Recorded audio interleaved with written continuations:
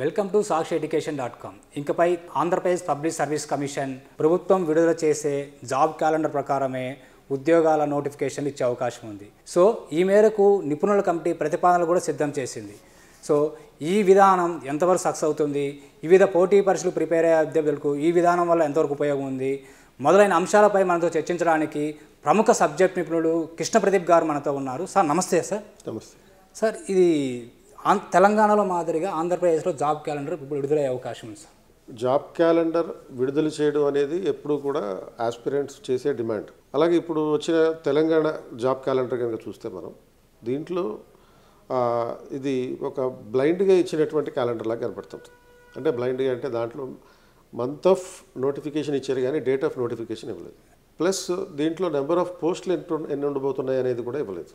కాబట్టి ఈ స్పెసిఫిసిటీ అనేది మిస్ కాకుండా చూసుకుంటూ ఎలా అయితే యూపీఎస్సీ క్యాలెండర్ ఇష్యూ చేసేటప్పుడు ఒక యాన్యువల్ క్యాలెండర్ ఇష్యూ చేసేటప్పుడు అందులో ఒక పోస్టు సర్వీస్కి సంబంధించినటువంటి వివరాలు, తర్వాత అందులో ఎన్ని పోస్టులు ఉంటున్నాయి అనేది, తర్వాత notification date, last date, apply చేసుకోవడానికి last date, examination date.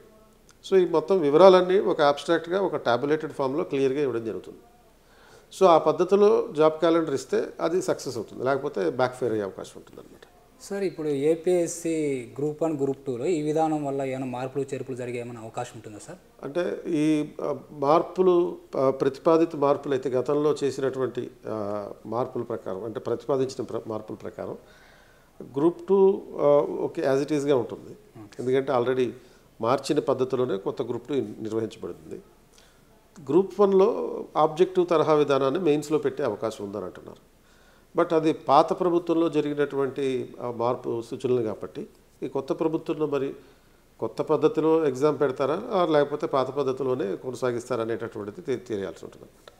Sir, మరో ప్రశ్న ఏంటంటే, ఇప్పుడు పోటీ పరీక్షలు ఆబ్జెక్ట్ విధానంలో జరిగే పరీక్షల్లో రాజస్థాన్లో మాదిరిగా స్క్రీనింగ్ టెస్టులు ఆన్ టైంలో రిజల్ట్స్ వస్తున్నాయి సార్. ఇది కూడా ఏపీఎస్సీ తీసుకురావాలని ఆలోచనలో ఉంది. సో ఇది ఏపీలో ఎంతవరకు సాధ్యమవుతుంది సార్? అంటే ఇది ఇంప్లిమెంట్ చేయాలంటే చాలా ఇన్ఫ్రాస్ట్రక్చర్ కావాలి, డిజిటల్ ఇన్ఫ్రాస్ట్రక్చర్ కావాలి. కాబట్టి అంటే యాజ్ ఇట్ ఈజ్గా మనం ఎగ్జామ్ రాసిన వెంటనే దానికి సంబంధించిన మార్కులు డిస్ప్లే అయిపోవడం అనేటటువంటి పద్ధతి ఏదైతే ఉంటుందో దానికి కావాల్సిన అన్ని కంప్యూటర్ల వ్యవస్థ కావాలి, డిజిటల్, అలాగే ఇంటర్నెట్ పర్ఫెక్ట్గా పనిచేయాలి. అండ్ అదేవిధంగా కరెంటు లేకుండా కరెంటు పోయే పరిస్థితులు ఉండకూడదు. సో బ్యాకప్ ఉండాలి, దానికి కావాల్సినటువంటి బ్యాకప్ ఉండాలి. ఇంత ఇన్ఫ్రాస్ట్రక్చర్ పెడితే కానీ దాన్ని ఇంప్లిమెంట్ చేయడానికి కష్టం. సో ముందు ఆ ఇన్ఫ్రాస్ట్రక్చర్ బ్యాకప్ అంతా ఏర్పాటు చేసుకున్న తర్వాత దాన్ని ఇంప్లిమెంట్ చేయడం మంచిది. సార్, ఇప్పుడు ఏపీఎస్సీ నిర్వహించే పరీక్షలు థర్డ్ పార్టీ ద్వారా నిర్వహించి అట్ ద సేమ్ టైం ఫలితాలు కూడా థర్డ్ పార్టీ ద్వారా విడుదల చేసే అంటున్నారు. సార్, ఇది ఎంతవరకు సాధ్యమయ్యే అవకాశం ఉంటుంది సార్? ముందుగా అభ్యర్థుల్లో దీని మీద ట్రస్ట్ ఉండదు first. Yes sir. Third party examination విధానం అనేది అది ఎలా ఉంటుందో కూడా మనకి యాక్చువల్గా తెలియదు ఇప్పటిదాకా. ఎందుకంటే యూపీఎస్సీ ఎగ్జామ్ నిర్వహించడం మనకు తెలుసు, ఇప్పటిదాకా స్టేట్ పబ్లిక్ సర్వీస్ కమిషన్లో ఎగ్జామ్స్ నిర్వహించడం తెలుసు. థర్డ్ పార్టీ ఎగ్జామ్ అంటే ఎలా ఉంటుందని అంటే, ఇప్పుడు సపోజ్ గతంలో intermediate Telangana public service commission intermediate exams దానికి సంబంధించిన రిజల్ట్స్ పబ్లికేషన్ ఏదైతే ఉందో అది థర్డ్ పార్టీకి ఇచ్చారు. అది ఎన్ని ఘోరాలు జరిగినాయి మనకి తెలుసు. సో అటువంటి పద్ధతి ఏమన్నా ప్రవేశపెడితే మాత్రం చాలా బ్యాక్ ఫైర్ అవుతుంది. కాబట్టి ఆ థర్డ్ పార్టీ కాకుండా వీళ్ళే దానికి కావాల్సినటువంటి ఇన్ఫ్రాస్ట్రక్చర్ అంతా ఇంప్రూవ్ చేసుకుని కమిషనే సమర్థవంతంగా పనిచేయడం మంచిది. సార్, మరో ప్రశ్న, యూపీఎస్సీ సభ్యుల తరహాలో ఒక సర్టన్ క్వాలిఫికేషన్ ఉంటుంది యూపీఎస్సీ సభ్యులు నియమించాలంటే, అదేవిధంగా ఏపీఎస్సీలో కూడా ఆ విధానాన్ని తీసుకురావాలని ఆలోచనలో ఉన్నారు. ఇది మనకు ఎంతవరకు ఉపయోగం సార్? ఇది ఇప్పుడు రాజ్యాంగంలో ఆర్టికల్ 315 ప్రకారం ఉన్నట్టు దాంట్లో ఏముందంటే పబ్లిక్ సర్వీస్ కమిషన్ మెంబర్లు అంటే యూపీఎస్సీ కానీ స్టేట్ పబ్లిక్ సర్వీస్ కమిషన్ కానీ స్పెసిఫిక్గా అర్హతలు అనేవి నిర్ణయించలేదు. అయితే ఆర్టికల్ 315లో ఉన్న దాని ప్రకారం కనీసం సగం మంది సభ్యులు ప్రభుత్వోద్యోగంలో పనిచేసిన వాళ్ళై ఉండాలి, కనీసం 10 సంవత్సరాల అనుభవజ్ఞులై ఉండాలంటారు. అంటే 10 years ఎక్స్పీరియన్స్ ఉన్నటువంటి గవర్నమెంట్ ఎంప్లాయీస్, అంటే అది ఏ క్యాడర్ కూడా చెప్పలేదు. అంటే అది group 1 cadre, IAS cadre, IPS ఏమీ చెప్పలేదు, ఓన్లీ రాజ్యాంగంలో ఉన్నటువంటి ప్రొవిజన్ అది. కాబట్టి చాలా సందర్భాల్లో ఏమవుతుందంటే మనకి స్టేట్ పబ్లిక్ సర్వీస్ కమిషన్స్లో ఎల్డీసీలు, యూడీసీలు కూడా మెంబర్లుగా అయ్యే అవకాశం ఉంటుంది. అండ్ అలా అవుతున్నారు కూడా. సో ఈ రాజకీయంగా పలుకుబడినటువంటి వాళ్ళు సగం మంది సభ్యులు, అంటే 9 మంది సభ్యులు ఉంటే అందులో కనీసం 4, 5 ఈ రాజకీయంగా పలుకుబడి ఉన్నటువంటి వాళ్ళు వస్తున్నారు. ఇంకో 4, 5 ఇలాంటి ఎల్డీసీ, యూడీసీ ఎవరికైతే పొలిటికల్గా పలుకుబడి ఉంటుందో వాళ్ళు కూడా వచ్చేస్తున్నారు. అంటే ప్రాపర్ స్టాండర్డ్స్ అనేవి లేవు. స్టేట్ పబ్లిక్ సర్వీస్ కమిషన్లో ఇలా క్లరికల్ క్యాడర్లో పనిచేసిన వాళ్ళు కూడా సభ్యులుగా అయ్యి గ్రూప్ 1 సర్వీసులకు వెళ్ళే వాళ్ళని ఇంటర్వ్యూలు చేస్తున్నారు. కాబట్టి ఒక చట్టం చేయాలి దీనికి. స్పెసిఫిక్గా ఏ రాష్ట్రానికి ఆ రాష్ట్రం చట్టం చేసుకుని కనీసం సగం మంది ప్రభుత్వ ఉద్యోగం 10 సంవత్సరాలు చేసిన అనుభవం కలిగిన వాళ్ళే ఉండాలి. ప్లస్ ఈ సభ్యులందరికీ మినిమం పోస్ట్ గ్రాడ్యుయేషన్ చదివిన అనుభవం ఉండాలి, చదివినటువంటి క్వాలిఫికేషన్ ఉండాలి. ఆ పోస్ట్ గ్రాడ్యుయేట్లు కనీసం ఒక 60 నుంచి 70% మార్కులు వచ్చి ఉండాలి.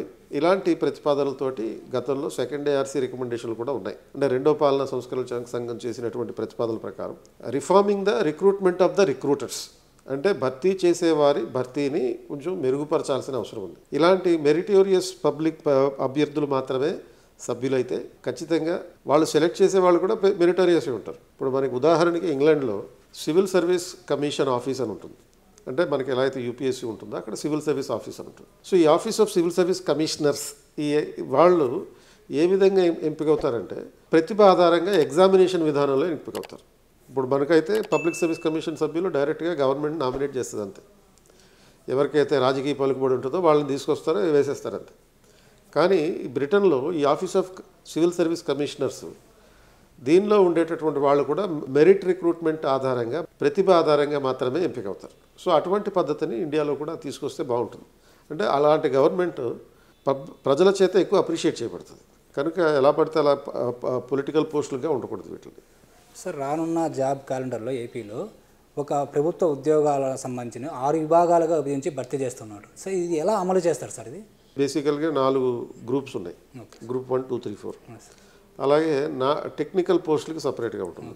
అలాగే టీచర్ పోస్టులు, తర్వాత లెక్చరర్ పోస్టులు ఇట్లా వేరువేరుగా ఉంటుంది. సో వీటిని కొన్ని కామన్ క్యాడర్లుగా డివైడ్ చేసి ఇవ్వచ్చు. ఇప్పుడు కొన్ని రాష్ట్రాల్లో అడ్మినిస్ట్రేటివ్ సర్వీసెస్ అని ఉంటాయి. అంటే తమిళనాడు, కర్ణాటక ఇటువంటి చోట్ల అక్కడ ఏం చేస్తారంటే మొత్తం ఎలా అయితే UPSCలో ఆల్ ఇండియా సర్వీస్ అయినటువంటి IAS, IPS, IFSకిను తర్వాత గ్రూప్ 2 క్యాడర్ అంటే గ్రూప్ B క్యాడర్కి కంబైన్డ్గా ఒక కామన్ సివిల్ సర్వీస్ ఎగ్జామ్ నిర్వహిస్తున్నారు. అదేవిధంగా గ్రూప్ 1కి గ్రూప్ 2కి కంబైన్డ్గా ఒక కామన్ అడ్మినిస్ట్రేటివ్ సర్వీస్ కింద క్రియేట్ చేసి ఎగ్జామ్ పెట్టవచ్చు. ఇది అంటే చాలా కాలంగా ఉన్నటువంటి ప్రతిపాదన. సో ఆ ప్రతిపాదనలో భాగంగా స్టేట్ అడ్మినిస్ట్రేటివ్ సర్వీస్ అనేది ఒకటి క్రియేట్ చేసి ఆ స్టేట్ అడ్మినిస్ట్రేటివ్ సర్వీస్లో గ్రూప్ 1, గ్రూప్ 2 క్యాడర్లు వేసి వచ్చిన మార్కులను బట్టి గ్రూప్ 1 ఇవ్వాలా, గ్రూప్ 2 ఇవ్వాలా అనేది నిర్ణయించడం జరుగుతుంది. సో దీనికి ఇంకా కొంచెం సైంటిఫిక్గా తీసుకెళ్లాలంటే ఈ మెయిన్స్ పేపర్స్ ఏవైతే ఉంటాయో మెయిన్స్ పేపర్స్ని ఎక్స్క్లూజివ్గా మన ఆబ్జెక్టివ్గా కూడా పెట్టుకునే అవకాశం ఉంటుంది.